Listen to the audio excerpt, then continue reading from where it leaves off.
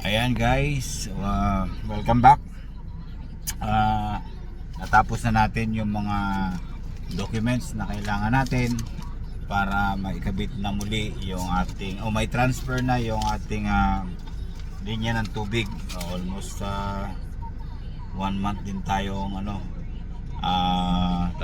walang tubig na maayos, gawa ng nasira, nagkaroon ng leak yung linya natin. Pero yun, ngayon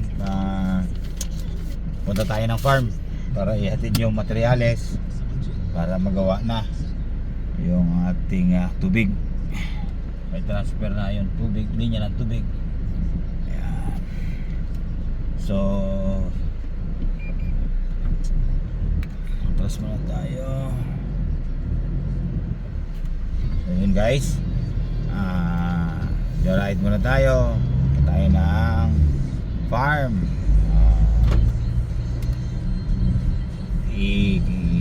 Mamaya ipakita ko sa inyo pag malapit na tayo sa farm, bye-bye muna.